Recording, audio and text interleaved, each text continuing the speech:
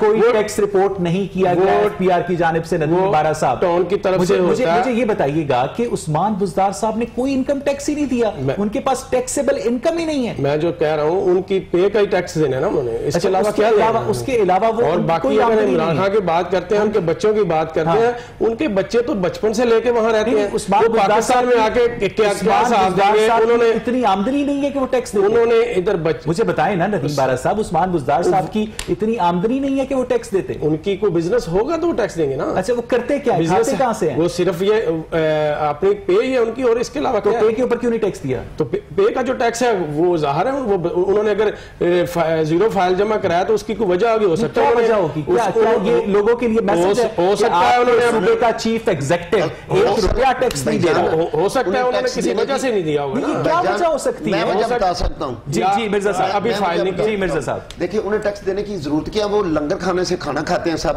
عمران خان صاحب بھی, یہ سب, انہوں نے ٹیکس دینے کی ضرورت نہیں ہے. 300 کنال کے گھر میں رہتے ہیں, انہیں ٹیکس دینے کی کیا ضرورت ہے؟ کیونکہ یہ ٹیکس عوام سے لیتے ہیں. جنہوں نے خود ہمیشہ زکوٰۃ لی ہو وہ کسی کو ٹیکس. بیرسٹر عامر حسن صاحب آپ یہ گفتگو سن رہے ہیں, بیرسٹر عامر حسن صاحب یہ جو ایبجیکٹ وائیولیشن ہے کہ چیف منسٹر آف پنجاب کوئی انکم ٹیکس ادا ہی نہیں کرتے, زرتاج گل کوئی انکم ٹیکس ادا ہی نہیں کرتی, فیصل واؤڈا کوئی انکم ٹیکس ادا ہی نہیں کرتے, اور جو انکم ٹیکس ادا کیا جا رہا ہے حکومتی لوگوں کی جانب سے وہ اتنا کم ہے کہ ایک عام سیلریڈ پرسن اس سے زیادہ ٹیکس دیتا ہے. عامر حسن صاحب سلائی مشین سے جو کمائی ہوتی ہے نا, سلائی مشین سے جو کمائی ہوتی ہے اس میں ٹیکس نہیں لگتا. اصل میں نے پہلے آپ کو کہا ہے کہ یہ ایماندار لوگ ہیں, اور ایمانداروں نے شور مچا کے ملک کا بیڑا گرک کر دیا ہے. یہ جو سارے آپ جن کے نام لیے ہیں یہ سارے لرنرز ہیں, ان کے ماتھے کے اوپر ایل لکھا ہوا ہے. ابھی جو بزدار صاحب سیکھ رہے ہیں وہ کیوں آپ کو ٹیکس دیں؟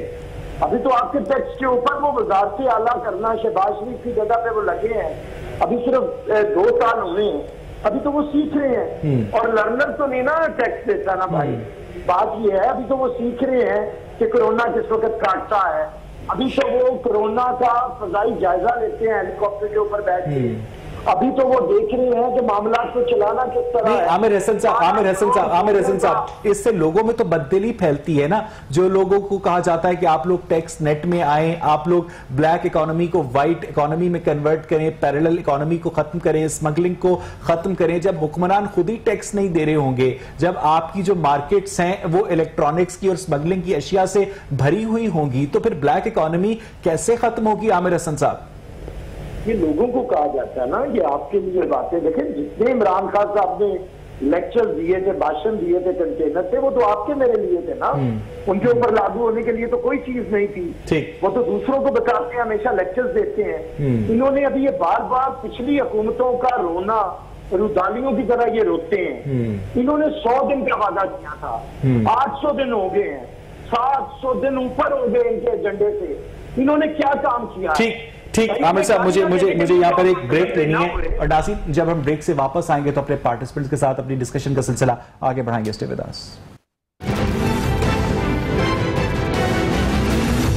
ناظرین بریک سے پہلے ہم بات کر رہے تھے کہ سیاسی محاذ-آرائی کے دور میں جب اپوزیشن کی جانب سے حکومت پر اور حکومت کی جانب سے اپوزیشن پر کرپشن کے الزامات لگائے جاتے ہیں امجد اقبال صاحب, تو ایسے میں عام لوگوں کا مفاد, عام لوگوں کا خیال تو بہت کہیں پیچھے رہ جاتا ہے اس ساری بحث میں. یقیناً جب اپوزیشن کے اوپر الزامات لگتے ہیں تو اس کی ایک تو 2 چیزیں ہوتی ہیں نا, اس کو دیکھنا یہ چاہیے ٹائمنگ کو کہ جی کس ٹائم پہ آ کے یہ چیزیں لگ رہی ہیں. اور جو اس وقت ٹائمنگ میں نے پہلے بھی عرض کیا تھا جو مجھے نظر آ رہی ہے اس وقت اپوزیشن کو جس طرح سے دیوار کے ساتھ لگایا جا رہا ہے, جس طرح سے گرفتاریاں ہو رہی ہیں یا جس طرح سے ان کے خلاف ایکشن ہو رہا ہے, وہ مجھے لگ رہا ہے کہ جیسے حکومت کے اندر بیٹھے ہوئے کچھ دوست ان کے وہ دشمنی کر رہے ہیں, جو یہ مشورے دے رہے ہیں کہ اس وقت آنے والے, آپ دیکھیے آگے 2 چیزیں ہیں, ایک تو ہے بلدیاتی الیکشن ہونا, دوسرا سینٹ کا الیکشن ہے, اس سے پہلے گلگت بلتستان کا الیکشن ہے. یہ 3 الیکشن ہے,